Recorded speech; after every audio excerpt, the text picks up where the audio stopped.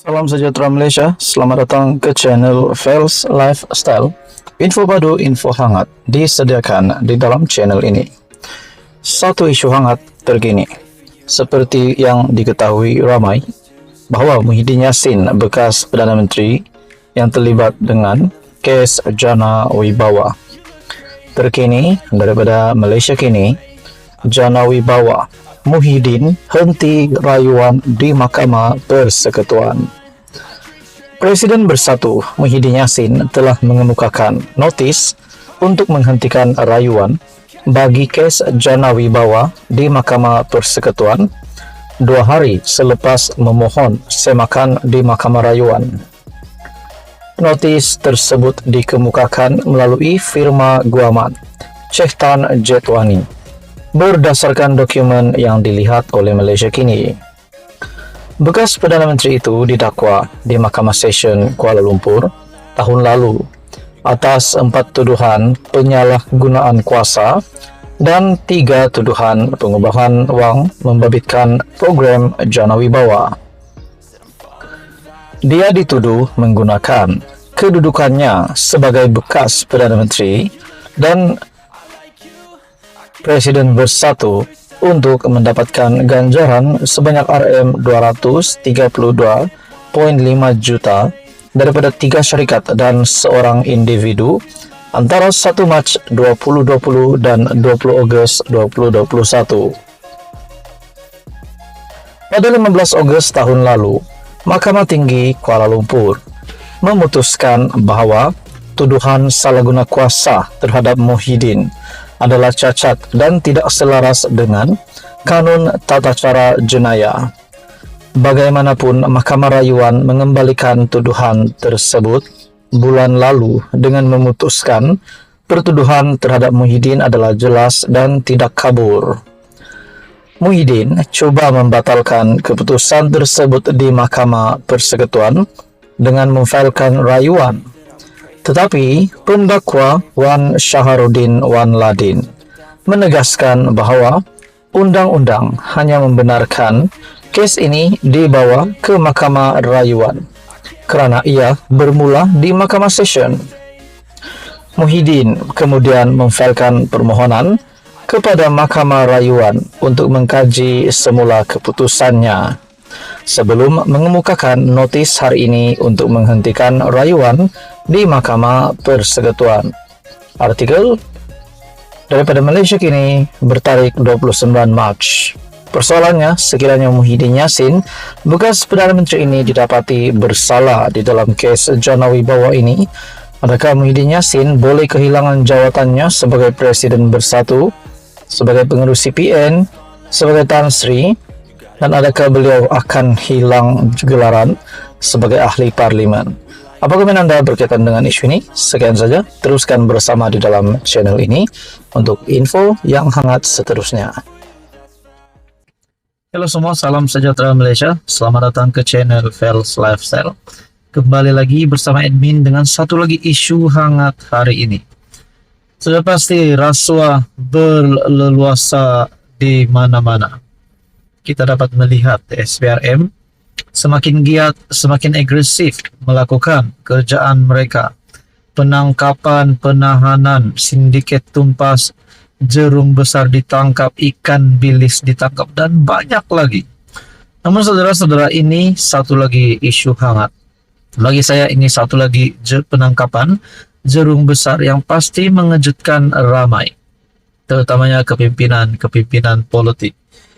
Ini melibatkan kerugian sehingga RM2 bilion. Ini pasti satu keputusan yang mendukacitakan kerajaan bagi saya. Namun kita dapat lihat perlahan demi perlahan SPRM menumpaskan sindiket, menangkap jerung, dan banyak lagi.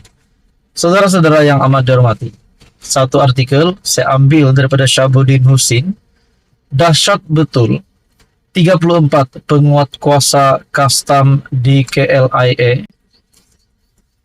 Dahsyat betul 34 penguat kuasa kastam di KLIA lindungi penyeludupan sehingga Negara kerugian Rm 2 bilion ditahan SPRM.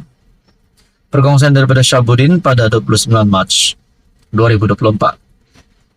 SPRM mendedahkan jumlah ketirisan akibat kegiatan sindiket penyeludupan membabitkan beberapa anggota Jabatan Kastam Diraja Malaysia di kargo lapangan terbang antarabangsa Kuala Lumpur KLIA Sepang mencecah Rm 2 bilion bagi tempoh 3 tahun lepas. Ketua Pesuruhjaya SPRM Tan Sri Zambaki berkata, setakat ini seramai 34 anggota penguatkuasa dan 27 individu serta pemilik syarikat ditahan menerusi Ops Samba 2.0 kerana melindungi dan memudahkan aktiviti penyeludupan sindiket itu.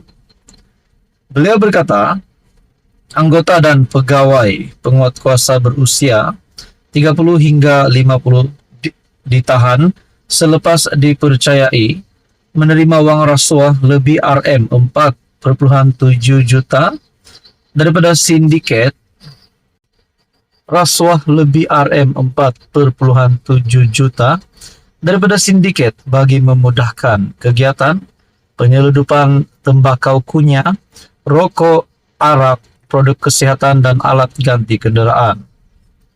Ops Samba 2.0 penting kerana kita bongkar kegiatan rasuah libatkan agensi penguatkuasa yang libatkan kebolosan dan ketirisan. Perkara ini dijangka berlaku begitu lama. Ia dikesan sejak 2017 baru-baru ini, sehingga baru-baru ini. Kerugian kerajaan Malaysia untuk tempoh 3 tahun. Kerana sindiket ini adalah Rm 1.5 bilion hingga Rm 2 bilion, iaitu kutipan cukai tiris, katanya dalam sidang media.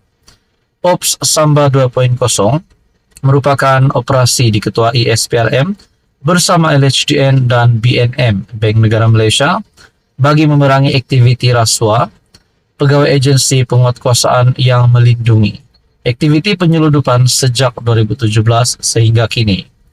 Azam berkata SPRM telah merampas telefon bimbit, komputer riba serta 8 kenderaan mewah milik sindiket terbabit bagi membantu siasatan.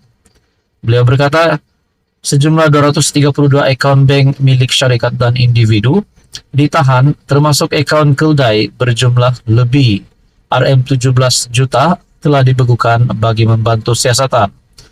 Transaksi rasuah dikesan babitkan 34 penjawat awam ini adalah penyaluran, yaitu masuk akaun pribadi menggunakan keldai akaun. Katanya, menambah proses analisis akaun akan dibuat LHDN, BNM dan SPRM. Ditanya modus operandi sindiket ini, beliau berkata, sindiket itu menggunakan perkhidmatan forwarding agent sebagai orang tengah bagi pembayaran rasuah kepada penguatkuasa yang bertugas dalam pemeriksaan dan pencegahan. Tonton apa bagi saya ini pasti satu lagi, sindiket ataupun aktiviti rasuah yang berjaya ditumpaskan oleh SPRM dan ketirisan ini pasti mengejutkan ramai. Apa komen Anda? Sekian saja, teruskan bersama di dalam channel ini untuk info yang seterusnya.